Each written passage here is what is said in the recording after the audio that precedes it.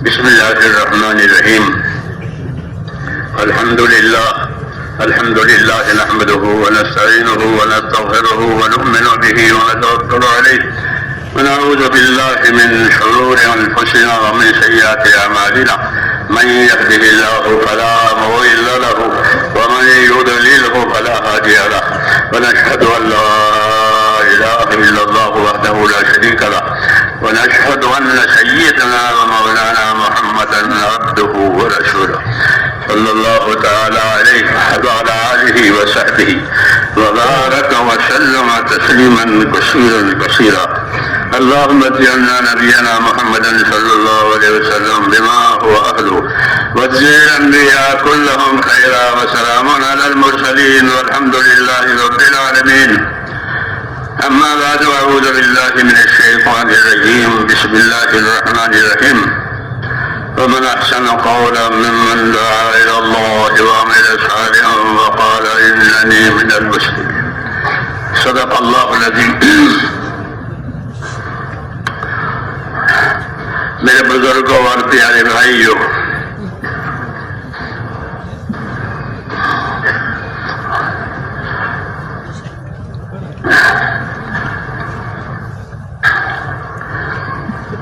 اللہ تبارک و تعالیٰ کی طرف سے اپنے بندوں کی طرف بنیادی طور پر دو چیزیں آتی ہیں.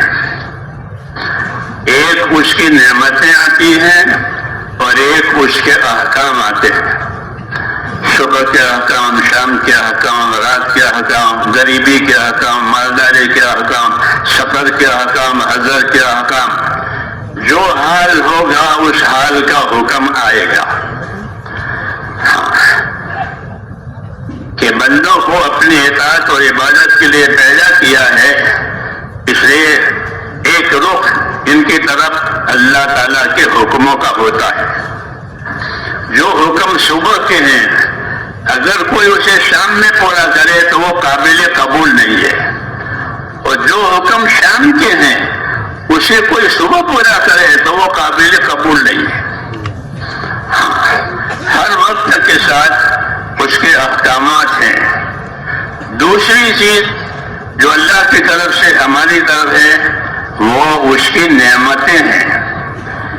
اللہ تعالیٰ نے نعمتوں کو بھی پیدا کیا ہے اور نعمتوں کو استعمال کرنے والے، نعمتوں کی حاجت والے بھی پیدا کیا ہے.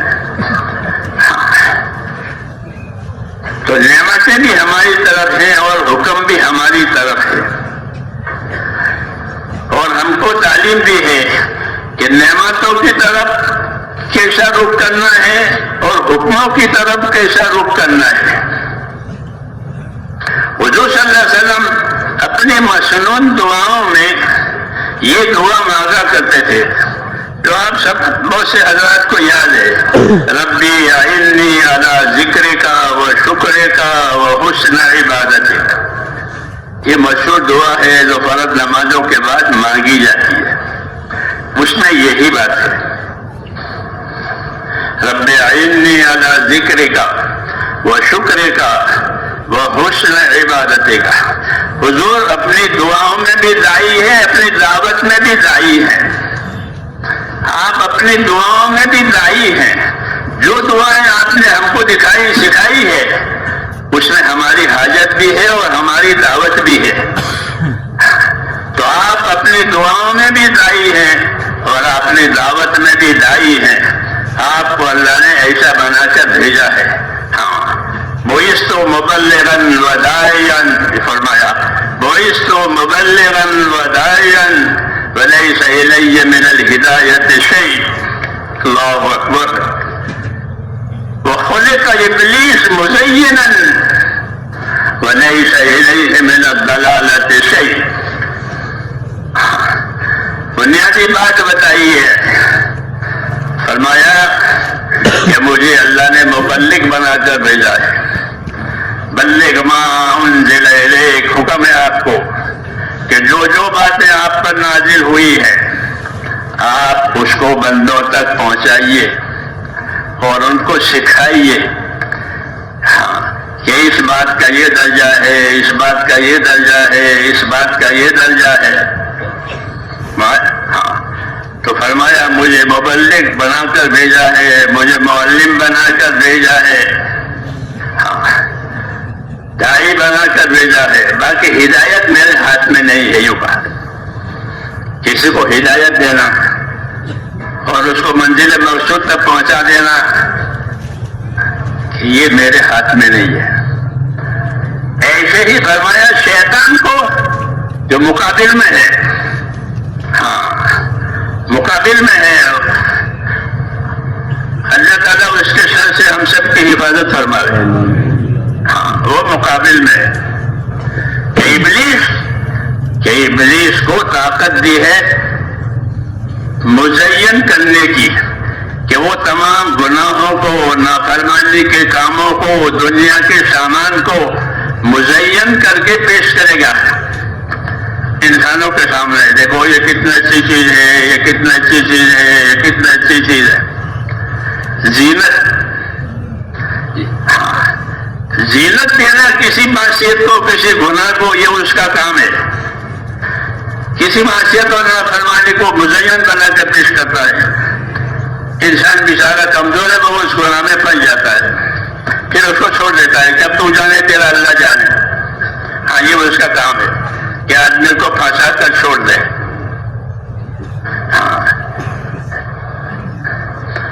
تو یہ مقابل طاقتیں ہیں، ایک طاقت نبی کو دی ہے، ایک طاقت شیطان کی ہے۔ لیکن مسئلہ اللہ کے ہاتھ میں ہے کہ نبی ہدایت دے کر منزل مقصود تک نہیں پہنچا سکتا، رہبری کرے گا۔ شیطان صرف بہکائے گا۔ شیطان کے ہاتھ میں نہیں ہے کہ لوگوں کو دوزخ میں لے جائے، بہکانا اس کا کام ہے۔ تو یہ ہر ایک کے کام کا معیار سمجھایا ہے ہم کو، اور پھر ہم کو ہدایت ہے کہ اللہ کی طرف سے جو باتیں تمہاری طرف نبیوں کے ذریعے سے آ رہے تم اس کا اتباع کرو، اپنی زندگی کو اس کے تابع کرو۔ یہ مطلب ہوتا ہے اتباع کا۔ ہماری دعوت اور تبلیغ کا مقصد بھی یہی ہے۔ ہم کسی کو مسلمان نہیں بناتے، بلکہ جو مسلمان ہیں ان کو صحیح معنی میں مسلمان بنانا ہے کہ وہ اپنی زندگی کا رخ اللہ کے نبی کی طرف، ان کے طریقوں کی طرف کرے۔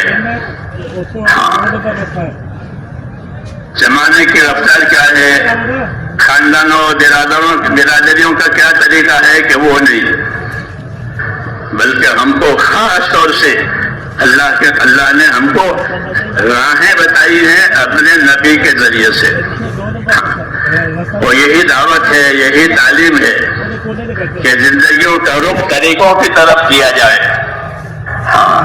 ماحول ہوتا ہے، خاندانی روایتیں ہوتی ہیں، قومی روایتیں ہوتی ہیں کہ وہ نہیں، بلکہ ایک راستہ ہوتا ہے جو نبی کے ذریعے سے دیا جاتا ہے، اس کو اپنانا ہے۔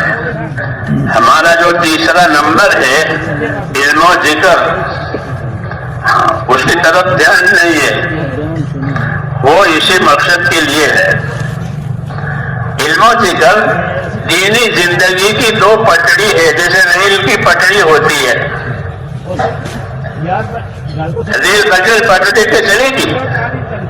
کیوں بھائی کہ نہیں چلے گی؟ پٹڑی ریل کے لیے، ریل پٹڑی کے لیے۔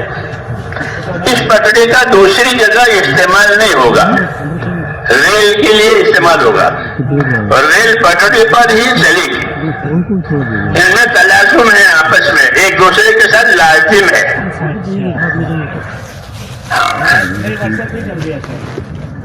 علم و ذکر پٹڑی ہے تو دینی زندگی گزارنے والوں کے لیے اس کے ذمے ہے کہ وہ اپنی زندگی کی ریل کو اس پر چلائے۔ یہ مقصد ہے علم و ذکر کا۔ علم سے کیا مراد ہے اور علم سے کیا دینا چاہتے ہیں؟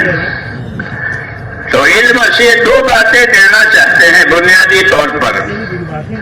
ایک بات بنیادی طور پر علم سے یہ دیں گے کہ وہ ہم کو فضائل کا علم دیں گے، بندوں کو نبیوں کا طریقہ ہوتا ہے بندوں کو خدا کی طرف متوجہ کرنے کے لیے ان کے پاس کوئی حکومت، کوئی طاقت، کوئی دبدبہ، کوئی دوش ان کے پاس نہیں ہوتا.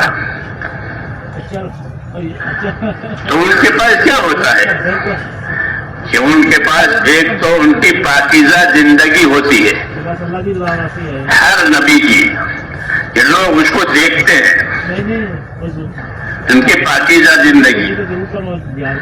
پھر جب ان کا وقت آتا ہے اپنے کام کو ظاہر کرنے کا تو اللہ تعالیٰ کے حکم سے پھر وہ اپنے کام کو ظاہر کرتے ہیں.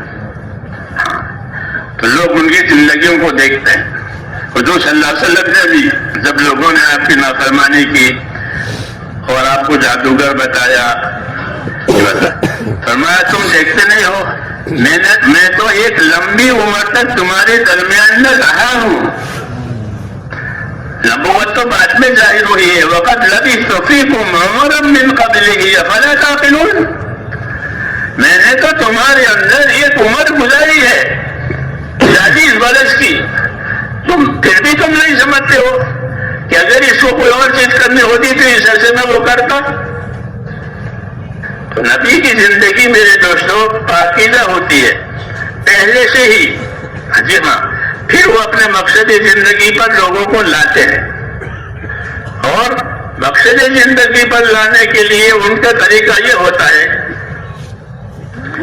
کہ وہ بندوں کو بشارتیں سناتے ہیں. کیونکہ آدمی کے اندر اپنے نفع کا حرص ہے. ہر آدمی اپنے نفع کا حریص ہے کہ مجھے نفع ہو جاوے، مجھے کامیابی ہو جاوے، میرا مقصد پورا ہو جاوے. یہ ہر آدمی میں اپنا حرص. دوسری صفت اس کے اندر ہوتی ہے انسان کے اندر خوف، کہ میں کسی خطرے سے دوچار نہ ہو جاؤں. ہاں، حال میں بھی مستقبل میں بھی کسی خطرے سے میں دوچار نہ ہو جاؤں، اس کا اس کو خوف ہوتا ہے. ہاں، اور اپنے نفع کی حرص اور امید ہوتی ہے. یہ آدمی کی فطرت ہے کہ اپنے نفع کا حرص اور امیدوار اور اپنے خطرے سے ڈرنے والا، یہ اس کا مزاج ہے. اللہ تعالیٰ نے اس مزاج کی رعایت کرتے ہوئے ہم کو اپنے راستے پر ڈالا ہے کہ جو جس چیز کا اس کو حرص اور شوق ہے اس کے دینے کے وعدے کیے ہیں. ہاں، دینے کے وعدے کیے ہیں اللہ نے کہ تم کو یہ دیں گے اور یہ دیں گے اور یہ دیں گے. قرآن شریف میں 2 چیزیں ہیں، ایک شرطیں ہیں اور ایک وعدے ہیں. شرطیں ہم پوری کریں گے، وعدہ اللہ پورا کرے گا. ہاں، ایمان والوں کے ساتھ یہ معاملہ ہے کہ کچھ شرطیں لگا رکھی ہے اللہ نے، وہ شرطیں بندے پوری کریں گے، اور وعدہ کہ وعدہ اللہ پورا کرے گا. دعوت میں یہ ہوتا ہے. اس میں ایک قسم حکموں کی یہ ہوتی ہے کہ جس میں ہم کو نفع بتایا ہے، فائدہ بتایا، فضیلت بتایا، اور ڈرایا بھی ہے کہ نہیں کرو گے تو یہ ہوگا اور کرو گے تو یہ ملے گا. اس کو فضائل کہتے ہیں. ہر نبی کی دعوت میں، ان کی تبلیغ میں فضائل کا علم ہوتا ہے کہ وہ بندوں کو اللہ پر یقین اور اللہ کے وعدے پر چلانا چاہتے ہیں. وہ اپنی طرف سے کچھ نہیں کہتے، بلکہ یہ کہتے ہیں کہ اگر تم نے اللہ کی بات مان لی تو اللہ تمہیں یہ دیں گے اور یہ دیں گے اور یہ دیں گے، اور نہیں مانو گے تو پھر یہ ہوگا اور یہ ہوگا اور یہ ہوگا. یہ ان کا طریقہ کار ہے. اس طریقے سے وہ بندوں کو اللہ کی طرف متوجہ کرتے ہیں، اور اللہ کی طرف متوجہ کرنے کے لیے وہ ایک بات اور بھی کرتے ہیں کہ وہ اللہ کی قدرت سمجھاتے ہیں کہ تم اللہ کی قدرت پر غور کرو. تو قدرت سمجھاتے ہیں کہ دیکھتے نہیں ہو اللہ نے اکیلے نے یہ سارا بنایا ہے اور سارا چلا رہا ہے، اس کا کوئی شریک نہیں ہے، اور اسے کا کوئی مد مقابل بھی نہیں ہے. ہاں دونوں باتیں نہیں ہے. اللہ کا کوئی جسم بھی نہیں, ضد بھی نہیں. بری ذات تہمت ضد و جنس غنی ملک سرتا عطی جن و انس. ایک اللہ کا نیک بندہ اللہ کی تعریف میں یہ بات کہہ رہا ہے کہ بری ذات تہمت ضد و جنس غنی ملک سرتا عطی جن و انس, کہ اللہ کی مبارک ذات بری اور پاک ہے. کہ کس سے پاک ہے؟ کہ ضد سے اور جنس سے. ضد کہتے ہیں مقابل طاقت کو, جیسے آگ اور پانی, اور جنس کہتے ہیں موافقت طاقت کو, جیسے یہ کام دوسرے کے لیے. تو ایسی کوئی طاقت اللہ کے ساتھ نہیں ہے. اللہ اپنے تمام طاقتوں کے ساتھ اکیلا ہے.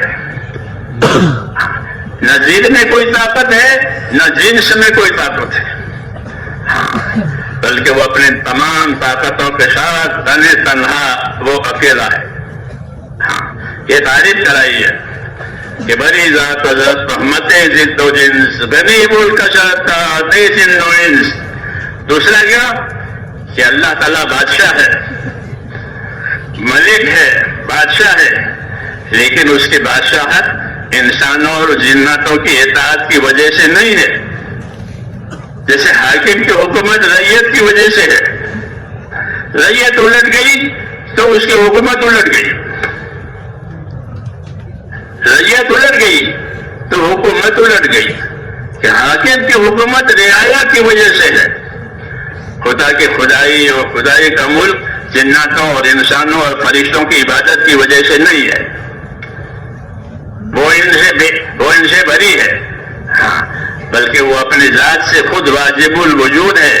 ہاں, کسی کی طرف اس کی حاجت نہیں ہے, سب کی حاجتیں اس کی طرف ہے. سب کی حاجتیں اللہ کی طرف ہے, اللہ کی حاجت کسی کی طرف ہے. اللہ غنی ہے, یہ اللہ کی شان ہے. ہاں, اعلیٰ اور بالا, کہ نہ اللہ سے کوئی اعلیٰ ہے نہ اللہ سے کوئی بالا ہے. لا الہ الا اللہ وحدہ لا شریک لہ. جی ہاں, یہ خدا کی خدائی ہے. تو نبیوں نے سب سے پہلے خدا کی خدائی کی پہچان کرائی ہے. دوسری بات کہ ساری چیزیں وہ اللہ کے تابع ہیں. سارے خزانے اللہ کے ہیں اور اس کے تابع ہیں. ہر قسم کے خزانے ہیں, آفتوں کے بھی اور نعمتوں کے بھی, اور وہ اللہ کے قبضے میں ہیں. وَإِن مِّن شَيْءٍ إِلَّا عِندَنَا خَزَائِنُهُ. کوئی چیز ایسی نہیں ہے, ہاں, بلکہ ہر چیز کے خزانے ہمارے پاس ہے. اور حکمت کے ساتھ ان خزانوں میں سے مخلوق کی طرف نکالتے رہتے ہیں, دیتے رہتے ہیں, حکمت سے دیتے ہیں. جی ہاں, بعض مرتبہ خزانوں میں سب کچھ ہے لیکن دیتے نہیں ہے, دیتے نہیں ہے, بند کر کے رکھ دیا. جی ہاں, بند کر دیا. کہ کیوں بند کر دیا؟ کہ اللہ تعالیٰ جب کوئی چیز بند کریں گے تو ظلم کرنے کے لیے بند نہیں کریں گے, تنگ کرنے کے لیے بند نہیں کریں گے, بلکہ حکمت سے بند کریں گے. کوئی حکمت ہے, کوئی حکمت ہے, وہ حکمت اللہ جانتا ہے. اس حکمت کی وجہ سے اس کو بند کیا ہے. پھر اس کا وقت آئے گا, حکمت کا اب تقاضا نہیں ہے, تو اپنے فضل سے اس نعمت کو کھول دیں گے. حکمت سے بند کریں گے, فضل سے کھولیں گے. یہ اللہ کا دستور ہے. اس لیے ہمارا ایمان اللہ کی پہچان کرانے کے لیے ہے کہ اللہ کوئی چیز بند کریں گے تو یہ نہیں کہ تو کوٹا ختم ہو گیا, اب کہاں سے لاویں, کیسا نہیں, بلکہ حکمت سے بند کیا ہے اور فضل سے کھول دیتے ہیں. خدا گر حکمت میں بندب درے کو شاید بفضلش درے دی گرے. جو اللہ کو جاننے والے ہیں وہ یہ کہتے ہیں کہ خدا گر حکمت میں بندب درے کو شاید بفضلش درے دی گرے. کہ اگر اللہ تعالیٰ حکمت سے کوئی دروازہ بند کرے گا تو یہ نہیں کہ اس وقت ختم ہو گیا ہے, کہ نہیں, بلکہ حکمت سے بند کیا ہے اور اپنے فضل سے اور زیادہ دینا ہے. جیسے ماں کا دودھ بند ہو گیا بچے کے لیے, جی ہاں, تو اب ماں کا دودھ بند ہونے کے بعد وہ بچہ مر جائے گا کہ نہیں، اب اس کے لیے اس کے فضلوں سے سب دروازے کھل جائیں گے. یہ دستور ہے، اور یہ باتیں اس لیے سمجھائی گئی ہیں تاکہ اللہ کے بندوں کو اللہ کی شان سے واقفیت ہو جائے کہ اللہ کی اپنی شان ہے، اللہ کی اپنی شان ہے، اللہ کی اپنی صفات ہے. ان صفات کو جان کر دو باتیں پیدا کرنی ہے. ایک اللہ کی محبت پیدا کرنی ہے. ہاں، کہ ایمان والوں کو، جو ایمان والے ہوتے ہیں وہ اللہ سے محبت کرنے والے ہوتے ہیں، اور جو کفر والے ہوتے ہیں ان کو اللہ سے دشمنی ہوتی ہے. ہاں، تو اللہ سے محبت پیدا کرنی ہے. محبت پیدا کرنے کے لیے اپنے انعامات، اپنے اکرامات اور اپنی صفات بتائیے. اپنی صفات بتائیے کہ میری یہ صفت ہے، میری یہ صفت ہے. کہ اللہ کے دربار میں کرم ہے. کرم کہتے ہیں بخشش کو، کرم کہتے ہیں بخشش کو. جو کریم ہوتا ہے وہ مانگنے والے کو بھی دیتا ہے اور بغیر مانگے بھی دے. شکی مانگنے سے دیتا ہے. ایک ہوتا ہے شکی، جب ان کے پاس ہو جائے گا تو وہ کو دے دے گا. شکی آدمی ہے. تو ایک سخاوت ہے کہ وہ مانگنے والوں کو خبر داؤں میں. یہ بہت سے شکیوں کے قصے ہوتے ہیں دنیا میں. کہ کوئی سر مانگنے گیا ہے، حاتم بھائی بہت شکی تھا، تو کوئی سر مانگنے گیا تو وہ سر دینے کے لیے تیار ہو گیا. کیا بہت شکی ہے. تو ایک تو ہوتا ہے شکی کہ وہ اپنی ضد دے دے گا. اور اللہ تبارک و تعالیٰ کے لیے، کہ اللہ تبارک و تعالیٰ کے لیے جو صفت ہم کو سنائی ہے کہ اللہ کریم ہے.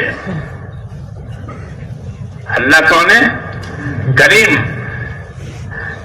کریم کا مطلب یہ ہوتا ہے کہ اللہ جب کوئی معاملہ کرے گا تو اپنی شان صفات کے حساب سے معاملہ کرے گا، مانگنے والے کی حاجت کے حساب سے نہیں کہ اس کو اتنے حاجت دے دو. دنیا میں یہ نظام ہے کہ اتنے حاجت ہے کہ اتنا دے دو، اتنے حاجت ہے اتنا دے دو. کہ ایسا نہیں ہے، بلکہ اللہ تعالیٰ اپنی شان سے دیں گے.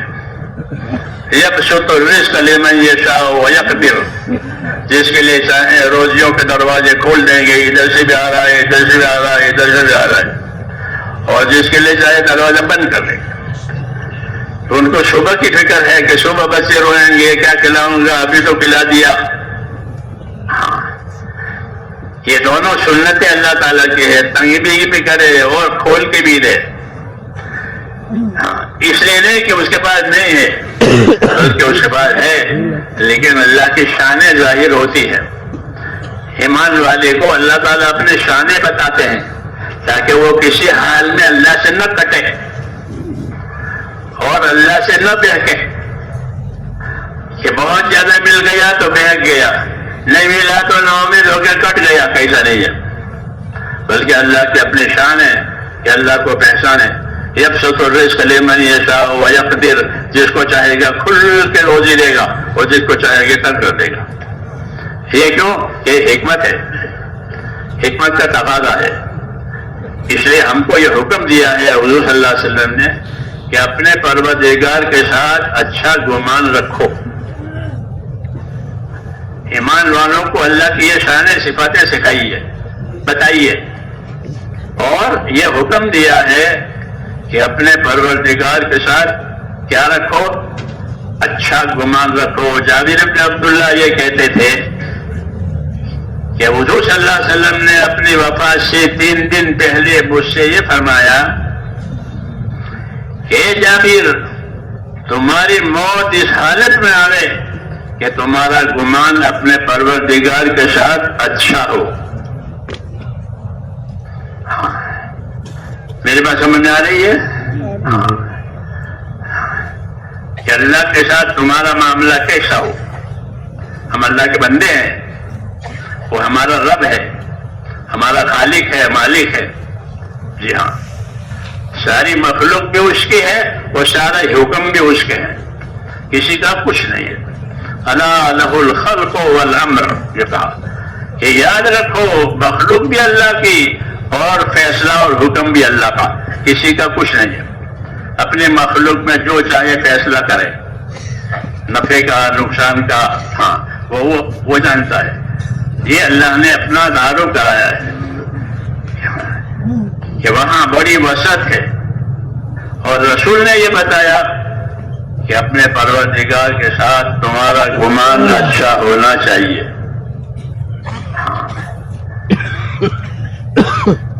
کوئی اللہ کے ساتھ بدگمانی نہ کرے۔ ہاں یہ اس لیے ہے کہ جب آدمی کسی حالات میں آ جاتا ہے تو شیطان اس کو بہکاتا ہے کہ تو ایسا ہے، اتنا پابند ہے، دیکھو تیرے اللہ نے تیرے ساتھ کیا کیا، تیرے جوان بیٹے کا انتقال ہو گیا۔ ہاں یہ تیرے جوان بیٹے کا انتقال ہوگا، اللہ چاہتا تو وہ زندہ رہتا، اللہ چاہتا تو اچھا ہوتا تھا۔ جی ہاں، اس کو یدوا کہتے ہیں، یہ بہکاتا ہے۔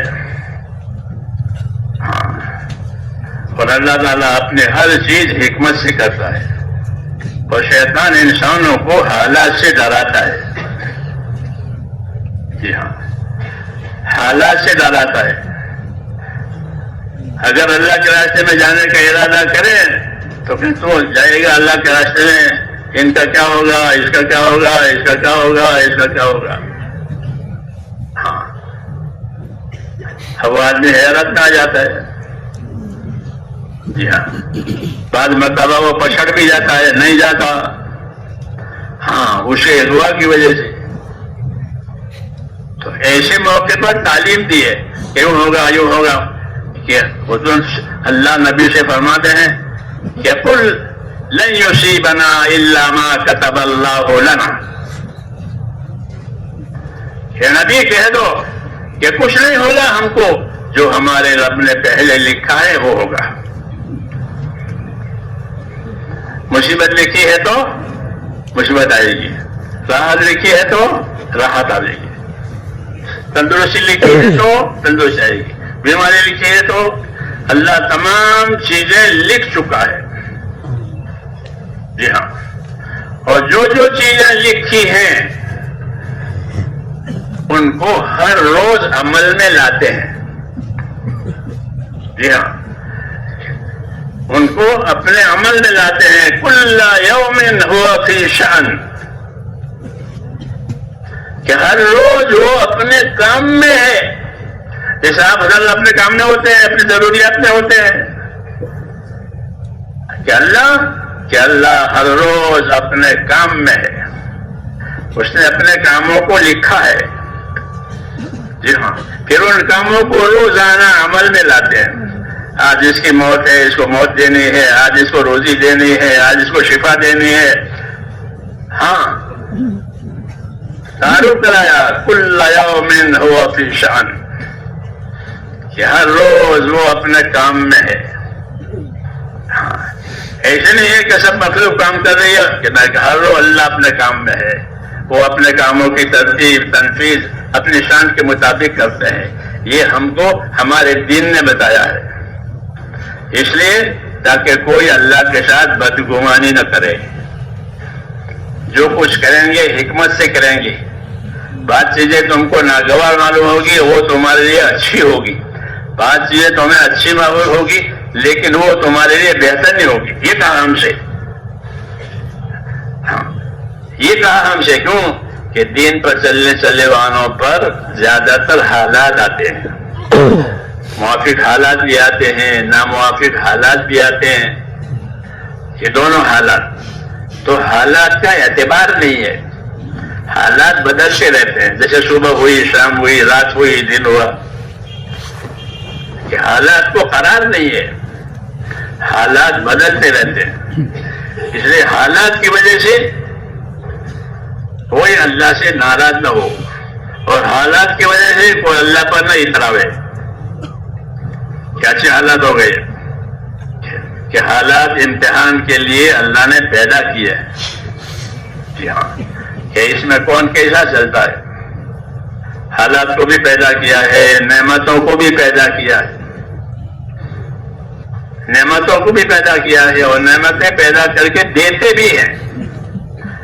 مانگنے کا انتظار نہیں کرتے، مانگنے کا انتظار نہیں کرتے کہ مانگے تو دوں، بغیر مانگے دے اور اپنے شان سے دے. یہ اللہ تعالیٰ کا نظام ہے کہ بغیر مانگے دینا اور اپنی شان سے دینا. جی ہاں، یہ اللہ کی شان ہے. یہ شان اللہ تعالیٰ کی نبیوں نے ہم کو سمجھائی ہے. ہاں کہ اللہ کی شانیں ہیں. قرآن کریم بھرا ہوا ہے ان باتوں سے. ہاں یہ کیوں ہے؟ تاکہ اللہ تعالیٰ پر جس طرح ہمارا ایمان ہے اس طرح اللہ تعالیٰ سے محبت بھی ہو جائے. کیا ہو جائے؟ کہ اللہ پر ایمان بھی ہے. اور کیسا ایمان؟ زبردستی کا کہ نہیں. والذین آمنوا اشد حبا للہ، کہ والذین آمنوا اشد حبا للہ، کہ جو ایمان والے ہیں وہ تو اللہ کی محبت میں بڑے تیز ہیں، بڑے سخت ہیں، کہ وہ اللہ کی بات محبت سے مانتے ہیں. گلا دبا کر کے بات نہیں منوائی جا رہی ہے بلکہ محبت سے مانتے ہیں. اس لیے کہتے ہیں اپنے اللہ سے محبت کرو.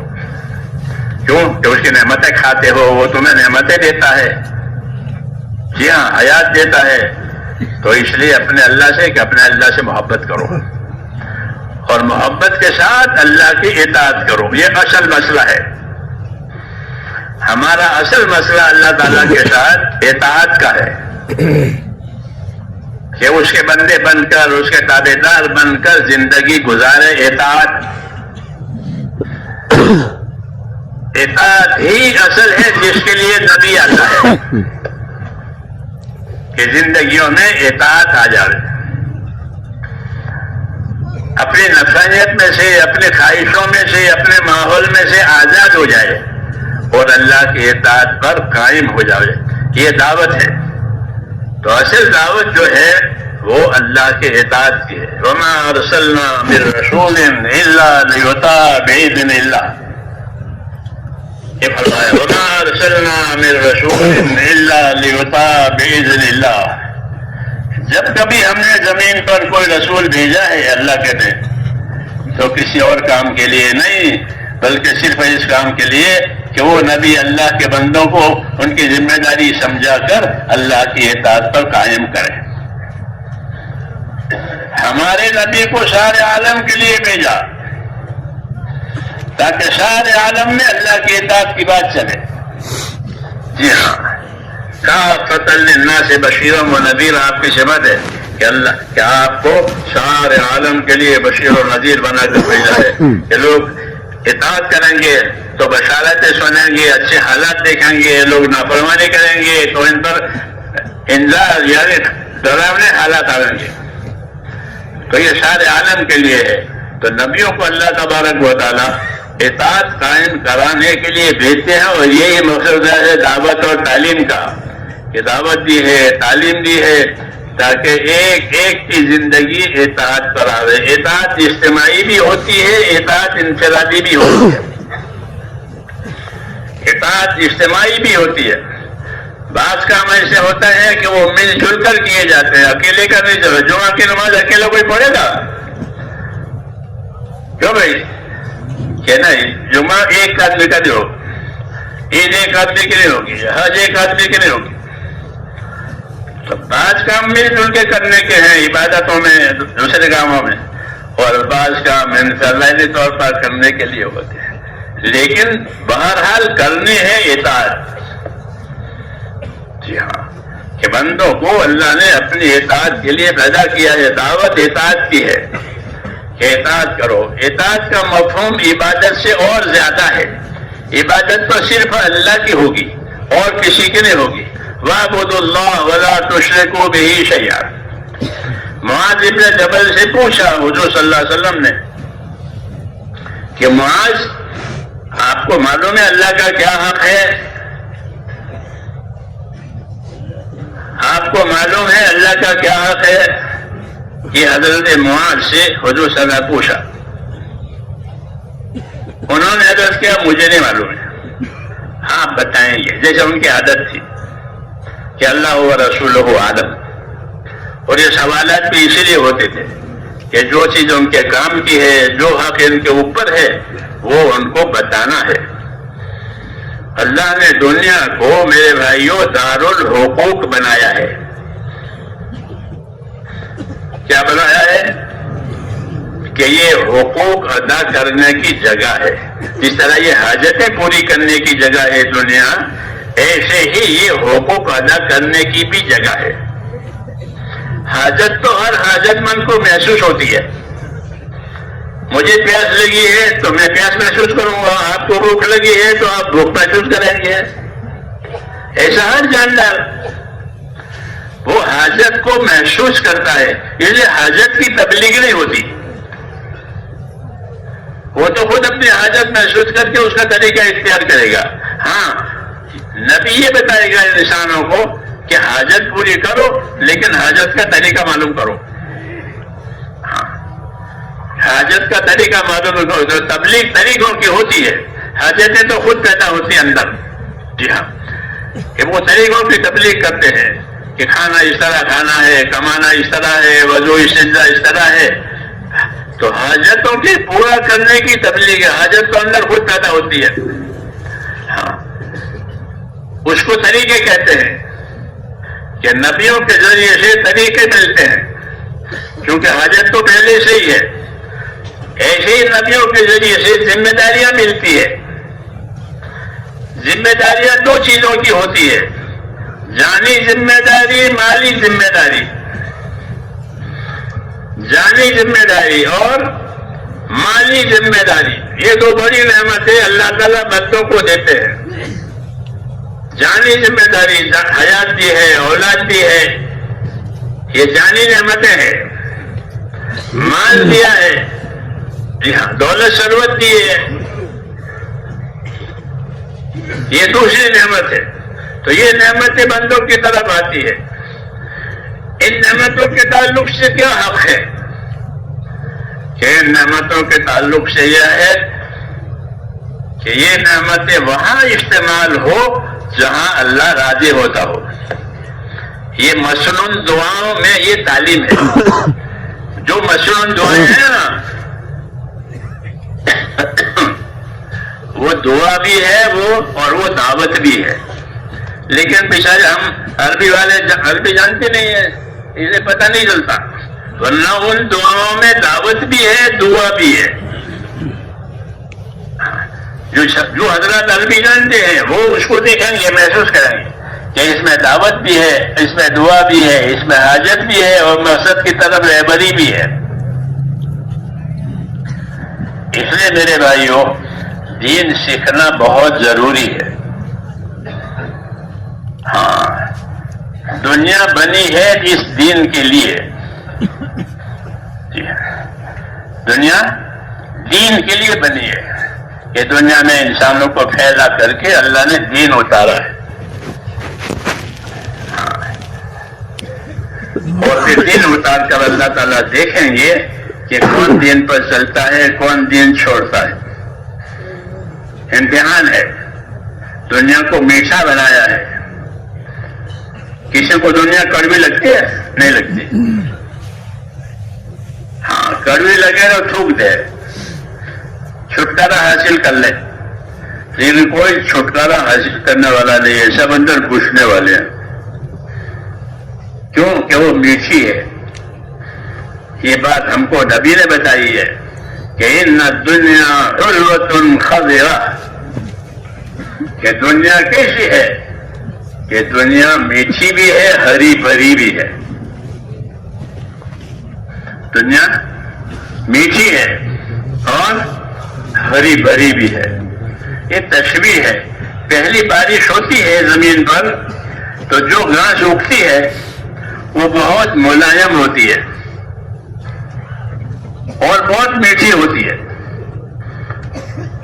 پھر جو جانور اس کو چرتے ہیں، وہ کترتے ہیں، تو پھر اس کا ذائقہ بدل جاتا ہے۔ لیکن جو پہلی گھاس ہوتی ہے وہ بہت ریشم کی طرح نرم اور میٹھی، اس کو وہ تشبیہ دی ہے کہ دنیا ہری بھری اور میٹھی ہے۔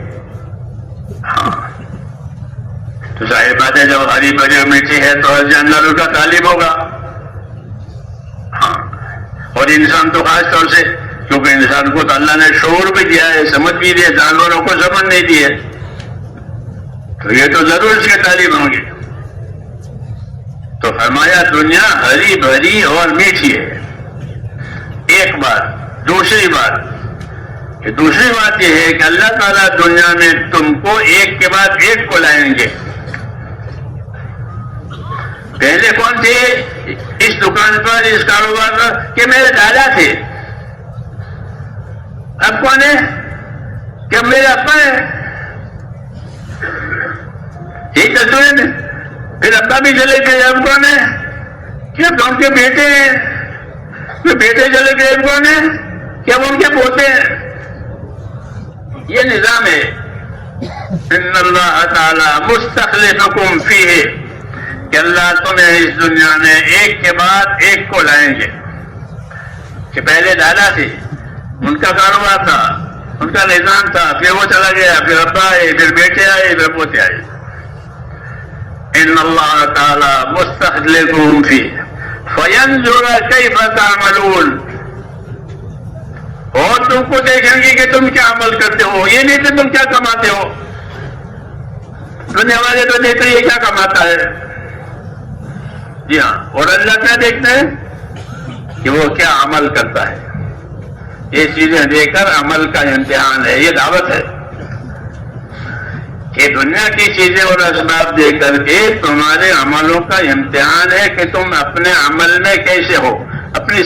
کیونکہ دنیا آدمی اپنی صلاحیت کو دنیا پر لگاتا ہے، جس طرح تاجر اپنے مال کو تجارت پر لگاتا ہے. تاجر اپنے مال کو اپنی تجارت پر لگاتا ہے نفع کمانے کے لیے. اصل نفع ہوتا ہے، اس کو کمانا ہے، اس لیے وہ اپنے مال کو اپنی تجارت پر لگاتا ہے اور تجارت کرتا ہے. یہ تو مال کے لحاظ سے. حضور صلی اللہ علیہ وسلم اس سے اگلی اور عام بات کہتے ہیں حدیثوں میں. وہ اگلی اور عام بات یہ ہے کہ ہر آدمی تاجر ہے. یہ فرمایا ہر آدمی تاجر ہے. کل الناس یغدو فبائع نفسه موبقها او موتقها. یہ کہہ رہا ہے کہ کل الناس یغدو فبائع نفسه موبقها او موتقها، کہ ہر آدمی تاجر ہے. جی ہاں، یہ نہیں کہ دکان کھول کے بیٹھا ہے وہی تاجر ہے، کہ وہ اپنے مال کا تاجر ہے، اور ہر آدمی اپنی صلاحیت کا تاجر ہے. یہ دعوت دے رہے ہیں، یہ سمجھا رہے ہیں کہ یہاں دنیا میں آ کر ہر آدمی اپنی صلاحیت لگائے گا. جی ہاں، دنیا بہت پھیلی ہوئی ہے. جی ہاں، تو ہر آدمی دنیا میں آ کر اپنی صلاحیتوں کو لگائے گا. یہ کہہ رہے ہیں کل الناس یغدو فبائع نفسه موبقها او موتقها. پھر صلاحیت لگا کر بعض لوگ جو ہیں اپنی ذمہ داری میں کامیاب ہو جائیں گے سدا مدا کے لیے. ہاں، اور بعض لوگ اپنی صلاحیتوں کو برباد کر کے ہمیشہ کے لیے ہلاک ہو جائیں گے. یہ نظام سمجھایا ہے کہ کل الناس یغدو فبائع نفسه موبقها او موتقها، کہ ہر آدمی اپنی صلاحیت لگاوے گا، پھر اپنی صلاحیتوں میں سے بعض اپنے آپ کو پریشانیوں میں سے مشاکل میں سے نکال کر کامیاب کر دیں گے، اور بعض اپنی صلاحیتوں کو کہ ہلاکت میں ڈالیں گے، خود بھی ہلاک ہو جائیں گے اور ان کی صلاحیتیں بھی برباد ہو جائیں گی. یہ عام بات ہے. اس لیے اللہ تعالیٰ نے دنیا میں انسانوں کی صلاحیتوں کو لگانے کے لیے راستہ قائم کیا ہے. وہ ندیوں والا راستہ ہے. وہ راستہ بندوں کو صلاحیت لگا کر کے اللہ کے پاس لے جائے گا، اللہ کی رحمتوں میں لے جائے گا. قل هذه سبیلی ادعو الی اللہ علی بصیرۃ انا ومن اتبعنی. اے نبی کہو کہ یہ میرا راستہ ہے، یہ میرا راستہ ہے. سبیل اور اس راستے میں کیا ہوتا ہے کہ میں اللہ کے بندوں کو اللہ کی طرف بلاتا ہوں. اللہ کی طرف بلانے کا کیا مطلب ہے؟ اللہ کوئی جگہ بیٹھا ہے کہ نہ؟ اللہ کی طرف بلانے کا مطلب یہ ہے کہ میں بندوں کو اللہ کی عبادت کی طرف بلاتا ہوں. یہ مطلب ہے، یہ نہیں کہ اللہ کس جگہ پر ہے وہاں اتر جائے. کہ میں اللہ کے بندوں کو اللہ کی طرف دعوت دیتا ہوں. وہ دعوت عبادت کی ہے، کیونکہ اللہ سے تعلق اپنے بندوں سے عبادت کا ہے. جی ہاں، کہ تمام لوگ اللہ کے بندے ہیں، اللہ ان کا رب ہے، اور رب ہونے کی وجہ سے اس کا حق ہے کہ اس کی عبادت کی جائے، اس کی عبادت کی جائے. اس لیے زندگی کی بڑی ذمہ داری میرے بھائیوں یہ ہے کہ عبادت اللہ تعالیٰ کی جائے. عبادت کے لیے جناتوں کو اور انسانوں کو پیدا کیا ہے. فرشتے بھی عبادت کرتے ہیں، لیکن ان میں اور ہم میں فرق ہے. جناتوں میں انسانوں میں یہ تو ایک ہے، فرشتے الگ ہے. فرشتوں کی عبادت پر کوئی جزا سزا قائم نہیں ہوگی، وہ تو ہے عبادت کے لیے، ان سے دوسرا کام نہیں ہوتا، ان سے کوئی گناہ نہیں ہوتا. وہ جس کام کے لیے پیدا وہی کرتے، اس لیے ان کا کوئی حساب کتاب نہیں ہے. وہ ایک مخلوق ہے جو اللہ نے خاص خاص خدمتوں کے لیے پیدا کی ہے. وہ ان خدمتوں کو عبادت، یہی خدمت ہے، ان کی عبادت ہے. ملائکہ، لیکن انسانوں اور جناتوں کو، کہ انسانوں اور جناتوں کو اللہ تعالیٰ نے ایک انعام دیا ہے، وہ یہ ہے کہ یہ میری عبادت کرے. کیا کرے؟ کہ یہ میری عبادت کرے. وما خلقت الجن والانس الا لیعبدون. میں نے جناتوں کو اور انسانوں کو میری عبادت کے لیے پیدا کیا. تو یہ شرف ہے. یہ کیا ہے؟ یہ شرف ہے، یہ عزت ہے کہ اللہ نے ان کو اپنی عبادت کے لیے پیدا کیا ہے. ہاں، کہ یہ اللہ کے بندے بن کر کے زندگی گزاریں گے. پھر اس عبادت کی ذمہ داریوں کو سمجھانے کے لیے کہ عبادت کس لیے آدمی جاہل پیدا ہوتا ہے، تو عبادت کی ذمہ داریوں کو سمجھانے کے لیے پھر ایک دوسرے طبقے کو پیدا کیا. وہ نبیوں کا طبقہ ہے جو اس عبادت کی ذمہ داری کو سمجھاتے ہیں کہ عبادت کیسے کرو گے، اور عبادت کرو گے تو کیا ملے گا، اور نہیں کرو گے تو کیا ہوگا. وہ اس کا علم لے کر کے آتے ہیں، اس کا علم لے کر کے آتے ہیں کہ تم اطاعت اور عبادت کرو گے تو کیا ملے گا، اور اطاعت اور عبادت نہیں ہوگی تو کیا ملے گا. اس کو دین کہتے ہیں کہ زندگیوں کو اطاعت پر اور زندگیوں کو عبادت پر لانا ہے، یعنی اپنی خواہشوں میں سے نکلنا ہے، حکموں پر آنا ہے. یہ دعوت ہے، اپنی خواہشوں میں سے نکلنا. جس طرح مریض اپنے علاج کی وجہ سے بہت سی چیزوں کی خواہش کرتا ہے، لیکن وہ خواہش پوری نہیں کرتا. وہ ڈرتا ہے بیماری بڑھ جائے گی، حکیم منع کرتا ہے، ڈاکٹر منع کرتا ہے، تو وہ اپنے آپ کو ان خواہشوں سے بچاتا ہے جو اس کی صحت کے لیے نقصان دہ. ایسے اللہ تعالیٰ نے ہم کو بہت سی چیزوں سے منع کیا ہے تاکہ وہ ہماری ایمانی اور دینی زندگی کو نہ بگاڑے. اس لیے ان چیزوں کا جاننا ضروری ہے اور اس کا پابند ہونا ضروری ہے. کون کون چیزوں سے منع کیا ہے اور کیسا منع کیا ہے. اس لیے بچنے کے لیے اللہ تعالیٰ نے انسانوں میں ایک صفت رکھی ہے، اس کو صفت تقویٰ کہتے ہیں. تقویٰ یعنی اللہ کا ڈر، یہ اللہ نے اندر رکھا ہے. ایمان اور تقویٰ یہ دونوں صفتیں ہیں. ایمان مثبت ہے، تقویٰ منفی ہے. ایمان کا تقاضا یہ ہے کہ اللہ کی بات مانی جائے. تقویٰ کا تقاضا یہ ہے کہ نافرمانیوں سے اپنے آپ کو بچایا جائے. جی ہاں، یہ دو صفتیں ہیں، ایک ایمان ایک تقویٰ. جی ہاں، یہ دو صفتیں اللہ تعالیٰ پیدا کرتے ہیں ہمارے اندر اور ہم کو بتاتے ہیں کہ اللہ پر ایمان لاؤ، اللہ کے وعدوں پر یقین کرو، اس کے حکموں میں کامیابی کا یقین کرو اور اس کے نافرمانی میں اپنے ہلاکت کا یقین کرو. جیسے بجلی کے دو تار ہوتے ہیں، ایک مثبت ایک منفی. ایک تار کھینچتا ہے، ایک تار کھینچتا ہے. ایسا ہوتا ہے. تو ایمان کھینچے گا اللہ کی طرف اور تقویٰ بچائے گا نافرمانی سے. جی ہاں، دین کی دعوت میں ان دونوں صفتوں کے پیدا ہونے کا سامان ہے. زبان میں دین کی دعوت میں اور دین کی محنت میں صحیح اصولوں سے چلے گا، سیکھ کر، سمجھ کر، پوچھ کر، مان کر، تو اللہ ان کو یہ دونوں صفتیں دیں گے. ایمان کی صفت دیں گے تو اطاعت میں آگے بڑھ جائے گا، تابعداری میں آگے بڑھ جائے گا، محبت سے بات مانے گا. دوسری صفت تقوی کی ہے کہ اندر اللہ تعالیٰ ڈر پیدا کر دیتے ہیں. اس ڈر کی وجہ سے وہ اپنے آپ کو نافرمانی سے بچاتا ہے. ایمان اور تقوی یہ دو صفتیں دعوت اور تبلیغ کی محنت سے یہ دونوں صفتیں دلوں میں زندہ ہوتی ہے. جو محنت اللہ تعالیٰ نے نبیوں کے ذریعے سے دی ہے. مولانا الیاس صاحب رحمۃ اللہ علیہ اس کام کے بارے میں فرماتے تھے کہ میں اس کو کار نبوت سمجھتا ہوں. یہ نبوت کا کام ہے، جیسے حکومت کے کام ہوتے ہیں، تجارت کے کام ہوتے ہیں، کہ میں ان کو نبوت کا کام سمجھتا ہوں. تو نبوت کا کام کرنے سے کیا ملے گا؟ جیسے تجارت کا کرنے سے مال ملے گا. نبوت کا کام کرنے سے کیا ملے گا؟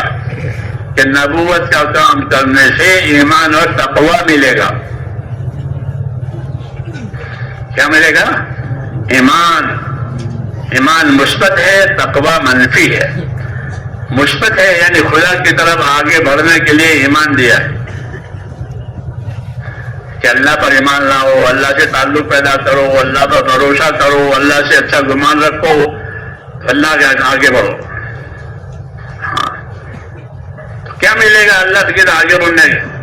کہ سب سے پہلے اللہ کی طرف آگے بڑھنے والوں کو مغفرت ملے گی. کیا ملے گی؟ سابقوا الى مغفرت من ربکم. مولانا الیاس صاحب فرماتے تھے ہماری محنت کا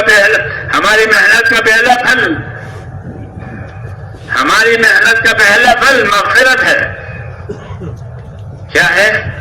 مغفرت، معافی ہو گئی. الا تحبون ان یغفر اللہ لکم، یوں کہہ رہے ہیں کہ تم کو پسند نہیں کہ اللہ تمہاری مغفرت کرے؟ کہ کیوں نہیں، ہم تو پسند ہے کہ اللہ ہماری مغفرت کرے. تو فرماتے تھے کہ اللہ کے اطاعت اور اللہ کی طرف بڑھنے میں پہلا انعام یہ ملے گا کہ کام کرنے والوں کی اللہ مغفرت کرے گا. اس لیے کہ کام کے دوران میں ان سے غلطیاں بھی ہوگی، گناہ بھی ہوں گے، جی آگے پیچھے بھی کریں گے.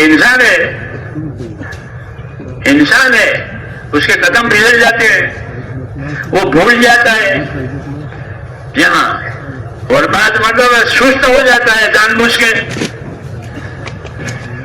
کے سست ہو جاتا ہے یہاں. تو ایسی حرکتیں اس سے ہوتی ہے. اس لیے اپنی طرف دعوت دی ہے اللہ نے، اور دعوت دے کر مغفرت کا وعدہ کیا ہے. کس کا؟ تمہاری مغفرت ہو جائے گی. ہماری دعوت پر آؤ، ہمارے کام پر آؤ، ہماری طرف سے دی ہوئی ذمہ داریوں کو پورا کرو. یہ کیا ملے گا؟ کہ مغفرت ملے گی. الا تحبون ان یغفر اللہ لکم، کیا تم یہ پسند نہیں کرتے کہ اللہ تمہاری مغفرت کرے؟ کہ سب سے بڑی نعمت یہی ہے کہ اس کی موت پر اللہ اس کی مغفرت کر دے. قصہ ختم ہو گیا، مغفرت ہو گئی، سارے گناہ معاف ہو گئے. کہ بس اب کیا ہے کہ مغفرت کے بعد اللہ کی نعمتیں. جی ہاں، اللہ کی نعمتیں ہیں. پہلے مغفرت ہو جائے گی، پھر نعمت. سابقوا الی مغفرۃ من ربکم، اللہ کی مغفرت کی طرف بڑھو. ایسے اسباب اختیار کرو، ایسے اعمال اختیار کرو جو تمہاری مغفرت کا ذریعہ بن جائے.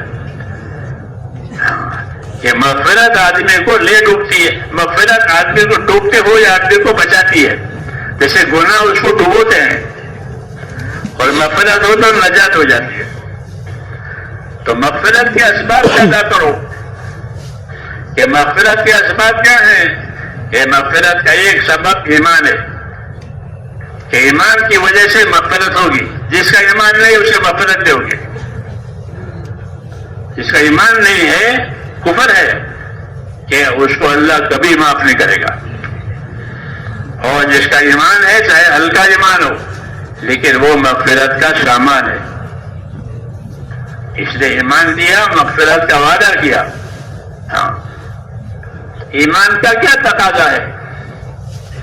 آدمی کے پاس مال آتا ہے تو مال کا تقاضا ہوتا ہے کہ تجارت کی جائے، ورنہ کھا جائے گا، خود ہی کھا جائے گا اگر تجارت نہیں کرے گا تو.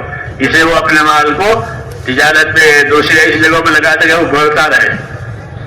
تو مال تجارت پر لگانے سے بڑھتا ہے اور بچتا بھی ہے. ایسے میرے دوستوں زندگیوں کو اطاعت پر لگانے کی وجہ سے وہ زندگی نفع دینے والی ہوتی ہے. کہ بعض لوگوں کی زندگی نفع دینے والی ہوتی ہے، بعض لوگوں کی زندگی کھوٹ میں اترنے والی ہوتی ہے. جیسے میں نے پہلے عرض کیا تھا کہ کل الناس یغدو فبائع نفسه موبقها وموتقها، کہ ہر آدمی اپنی زندگی میں گزارتا ہے، پھر یا تو اپنی زندگیوں کو پریشانیوں میں سے آزادی دلاتا ہے یا اپنے آپ کو پریشانیوں میں ڈال کر ہلاک کرتا ہے. یہ دو قسم کے لوگ ہیں.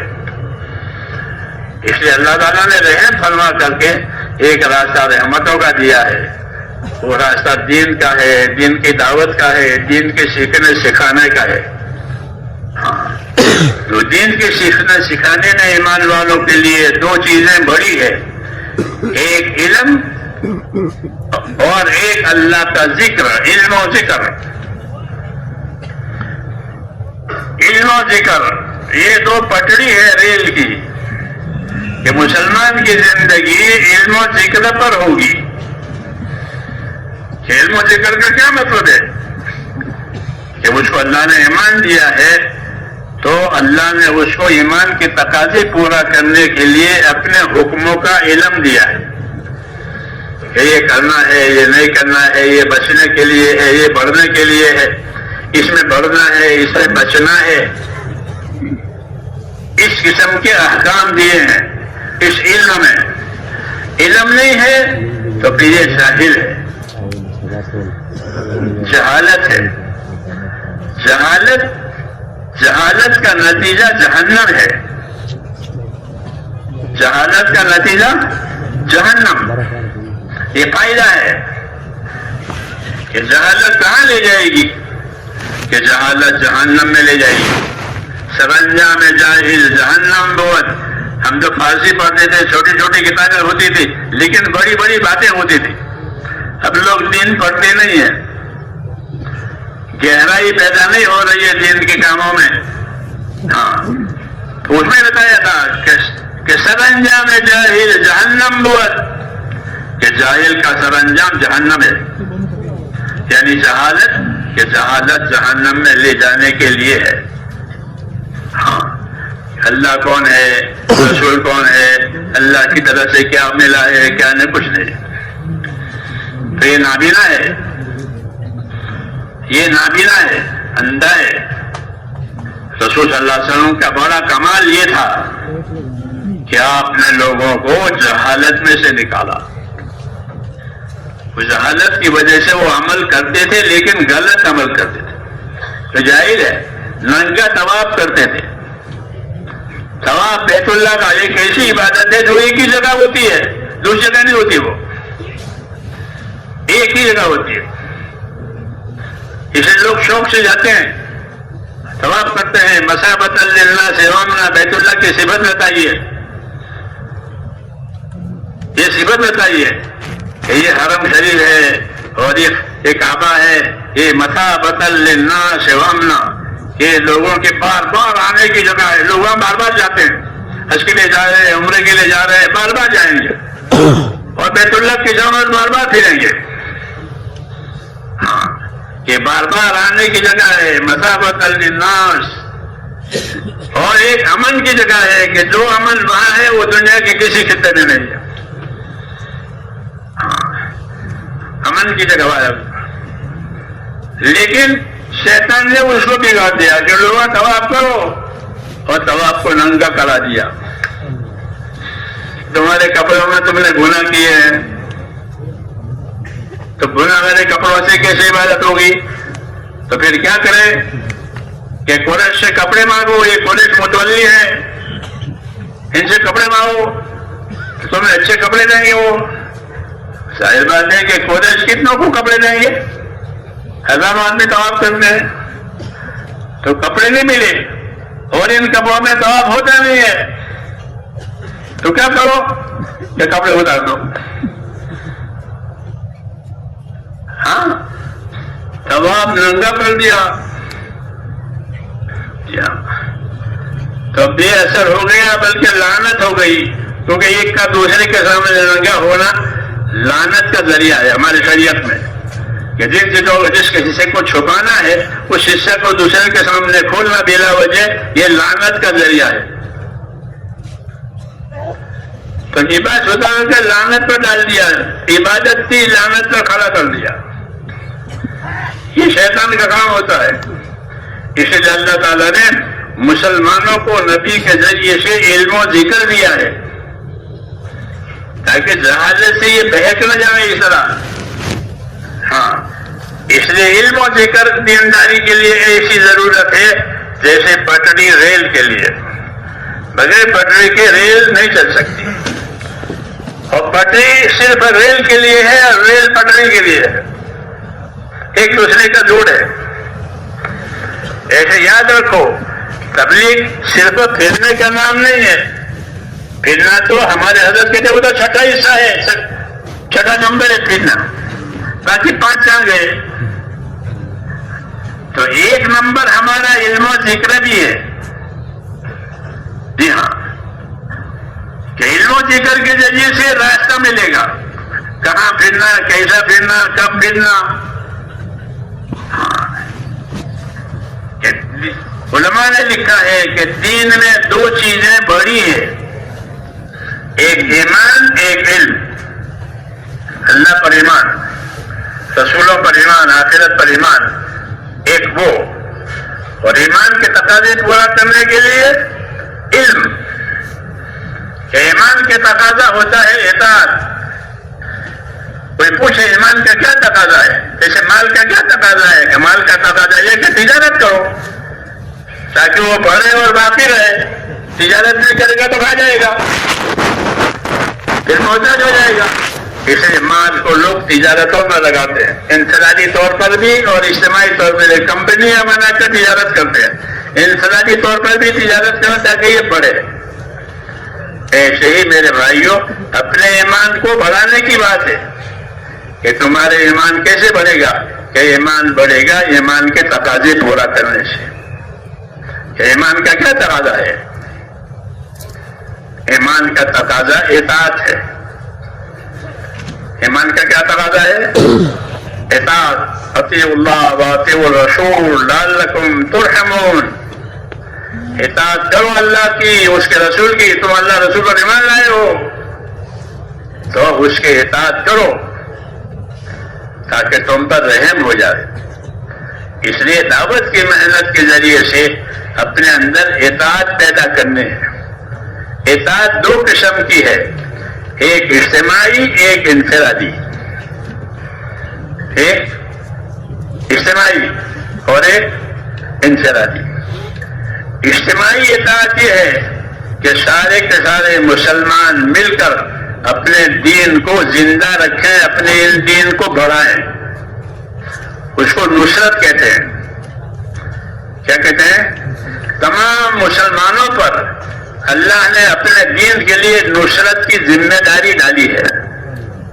یا ایھا الذین آمنوا کونوا انصار اللہ، اے ایمان والو تم سارے کے سارے اپنے دین کے مددگار رہو۔ یہ ذمہ داری ہے اجتماعی، تم سارے کے سارے اپنے دین کے لیے مددگار رہو۔ دین کو کس چیز کی مدد ضرورت ہے؟ پیسوں کی، کہ نبی پیسہ نہیں مانگتا، نصرت مانگتا ہے کہ جو کام میں کر رہا ہوں وہ تم بھی اوڑھو، تم بھی اوڑھو۔ تو نصرت ہوتی ہے نبی کا اتباع کرنے سے، نبی کا اتباع کرنے سے دین کی نصرت ہوتی ہے. کیوں کہ نبی ہی آ کر نصرت کا تقاضا کرتا ہے. حضور صلی اللہ علیہ وسلم مکی دور میں گشت لگاتے تھے، اللہ کی طرف دعوت دیتے تھے اور بندوں سے کہتے تھے کہ من یاوینی من ینصرنی حتی ابلغ رسالۃ ربی، کون مجھے ساتھ دے گا، کون میرا سہارا دے گا تاکہ میں اپنے پروردگار کے دین کی مدد کروں. کون اس مدد میں میرا ساتھ دے گا؟ من انصاری الی اللہ، کون مددگار ہے اللہ کی طرف کام کرنے میں؟ تو دین آتا ہے تو دو ذمہ داریاں ڈالتا ہے، ایک شخصی اور انفرادی زندگی کی ذمہ داری، ایک اجتماعی زندگی کی ذمہ داری. انفرادی زندگی کی ذمہ داری یہ ہے کہ ہر مسلمان اپنے آپ کو اللہ کے نبی کی سنت اور شریعت کا پابند کرے. میری بات سمجھ آ رہی ہے؟ یہ دیکھو کہ تبلیغ میں پھرنے سے کتنی شریعت پر عمل ہو رہا ہے، کتنی سنتوں پر عمل ہو رہا ہے. یہ انفرادی دیکھنا ہے، یہ انفرادی دیکھنا ہے. دوسرا دیکھنا نصرت کا ہے کہ ہم نے اپنے دین کو آگے بڑھانے کے لیے کتنی نصرت کی ہے، کتنی اجتماعی محنت کی ہے تاکہ ہر جگہ فضا بنے اور رکاوٹیں ختم ہو جائے. تو ہمارے ذمے نصرت کی بھی ذمہ داری ہے اور اتباع سنت کی بھی ذمہ داری ہے. ہاں کہ اتباع سنت کی وجہ سے سارے کام ہو جائیں گے. الحمدللہ ہم مسلمان ہیں، ہمارے عقیدے صحیح ہے، ہمارے اعمال صحیح ہے، کوئی خرافات ہمارے اندر نہیں ہے. پھر تبلیغ کے ذریعے سے آپ سے کیا چاہا جاتا ہے؟ کیا چلے چاہے جاتے ہیں، 4 مہینے چاہے جاتے ہیں؟ کہ نہ، کہ تبلیغ کے ذریعے سے آپ سے کہا جاتا ہے اپنے رسول کا اتباع کرو. اگر مولانا الیاس صاحب کے ارشادات ہم پڑھا کریں تو ہم کو یہ بصیرت کی بات اندر سے ملے گی، لیکن پڑھتے نہیں ہیں، دروازے بند کر دیے ہیں پڑھنے پڑھانے کے. جی ہاں، خالی پھرنا رہے گا یا خالی چکی پھرے گی تو پیٹ میں بھرے گا، یاد رکھو. خالی ہل چلے گا تو موسم فصل کچھ نہیں، خالی ہل چل رہا ہے، کھیت میں ہل چل رہا ہے اور کچھ نہیں ہے. ایسی دعوت نہیں ہے میرے بھائیوں. یہ دعوت دین کی ہے، یہ دعوت علم و ذکر کی ہے. کس کی؟ کہ دین کا علم بڑھتا چلا جائے تاکہ زندگی میں دین کی جو جو ذمہ داری آئے وہ پوری ہو جائے. علم ہوگا تو ذمہ داری پوری کرے گا، علم نہ ہوگا تو کیسی ذمہ داری پوری کرے گا؟ اس لیے سنت سیرت جو ہے وہ تو مزاج بنانے کے لیے ہے کہ اپنے ماحول میں سے، اپنے خواہشات میں سے نکل جاؤ اور مسجدوں کے مبارک ماحول میں رہ کر کے علم و ذکر کے ساتھ زندگی گزارو. پہلے فضائل کا علم لو، پھر مسائل کا علم علماء سے پوچھو. پہلے فضائل کا علم لو اور دوسرے نمبر پر مسائل اور طریقوں کا علم کہ وہ علماء سے پوچھو، کیونکہ طریقے وہ حضرات بتائیں گے کہ رکوع کرنے کا کیا طریقہ ہے، سجدہ کرنے کا کیا طریقہ ہے، اذان دینے میں کتنی سنتیں ہیں، اذان میں کتنی سنتیں ہیں. لوگ اذان دے دیتے ہیں، مکی کی اذان، مدینے کی اذان، ہاں اذان میں کتنی سنتیں ہیں وہ نہیں معلوم ہے. ہاں کیوں؟ کہ علم و ذکر کی کمی ہے. کہ اذان میں اتنی سنتیں ہیں. تو ہمارا تیسرا نمبر جو ہے وہ میرے بھائیوں زیادہ توجہ دینے کے قابل ہے کہ تیسرا نمبر عمل میں آیا تو جہالت دور ہو جائے گی، کیونکہ اس میں علم ہے، علم و ذکر، تو اس میں علم ہے اور اس میں ذکر ہے. ذکر سے مراد یہ ہے کہ زندگی اطاعت والی بنے، تابعداری والی بنے. ذاکر وہ کہلاتا ہے جو اللہ کی اطاعت کرے. کل مطیع ذاکر، علماء نے لکھا ہے کل مطیع ذاکر، ہر آدمی جو اللہ کی اطاعت پر ہے وہ اللہ کا ذاکر ہے. جیسے تسبیح پڑھنے والا، تلاوت کرنے والا اللہ کے ذاکر لوگ سے جانتے ہیں، ایسے اللہ کے حکموں کی اطاعت کرنے والا وہ اللہ کے ذاکر ہے. تو علم و ذکر کا یہ مطلب ہے، اسی کی کمی ہے.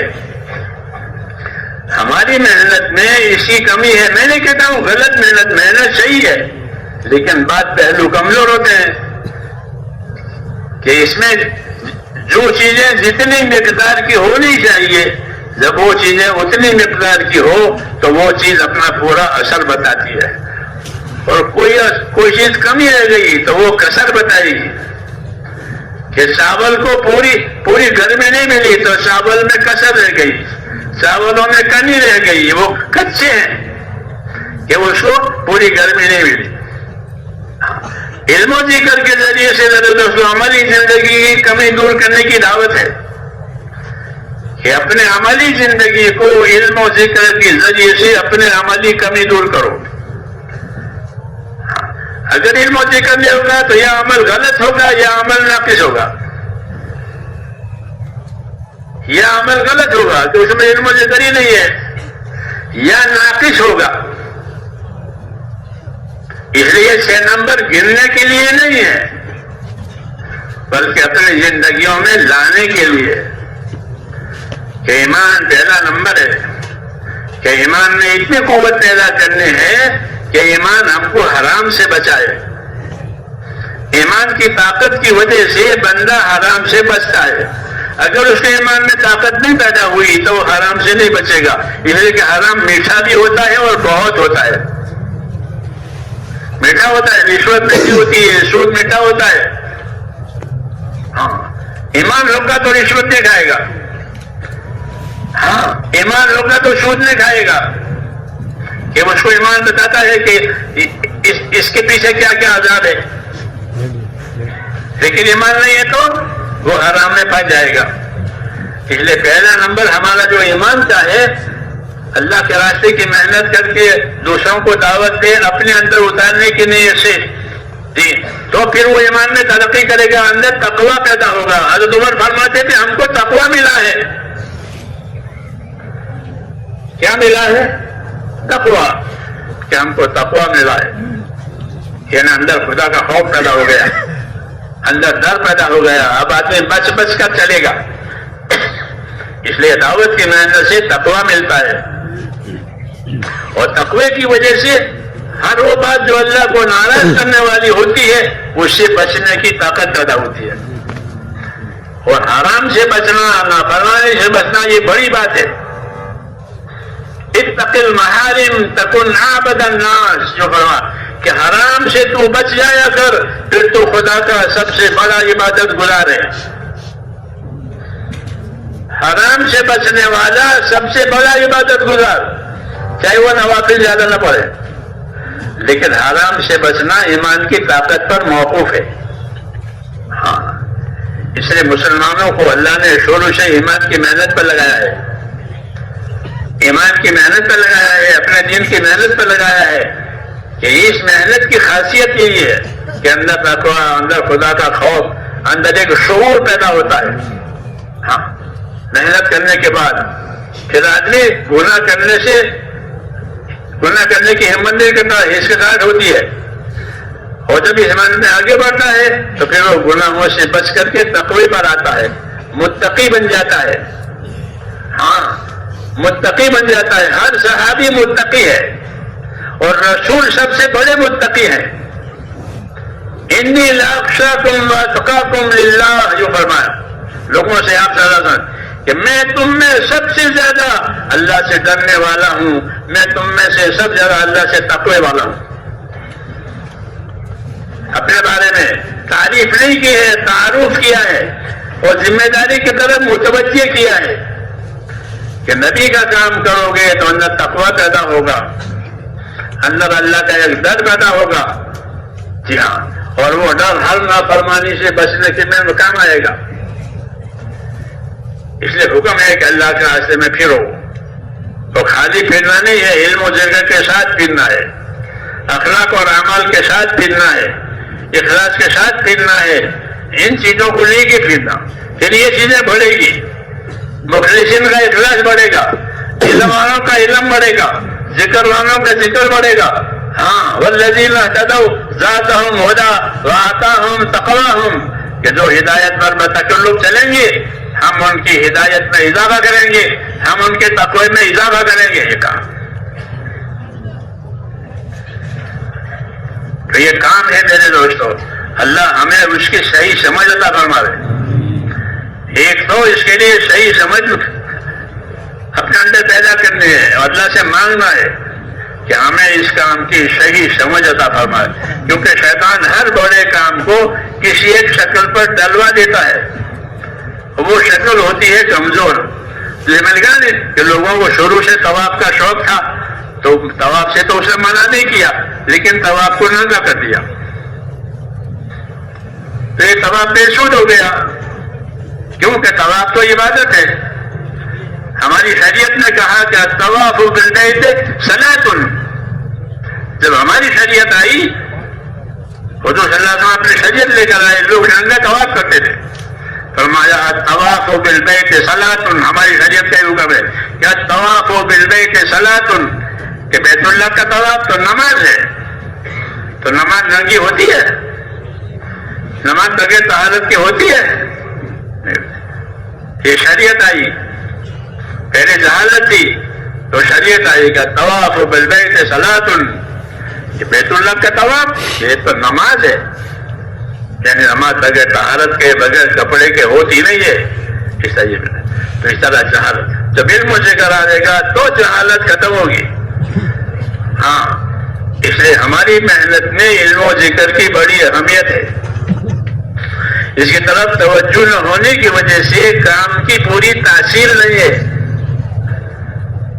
ورنہ اس کام میں تو بڑی تاثیر ہے، بڑی طاقت ہے. یہ فضا بدل دیتے ہیں، یہ کام فضا بدل دیتا ہے. مدینہ منورہ کی فضا بڑی مصیبت کی. وہاں بڑی بیماری تھی، لوگوں کو بخار آ رہا.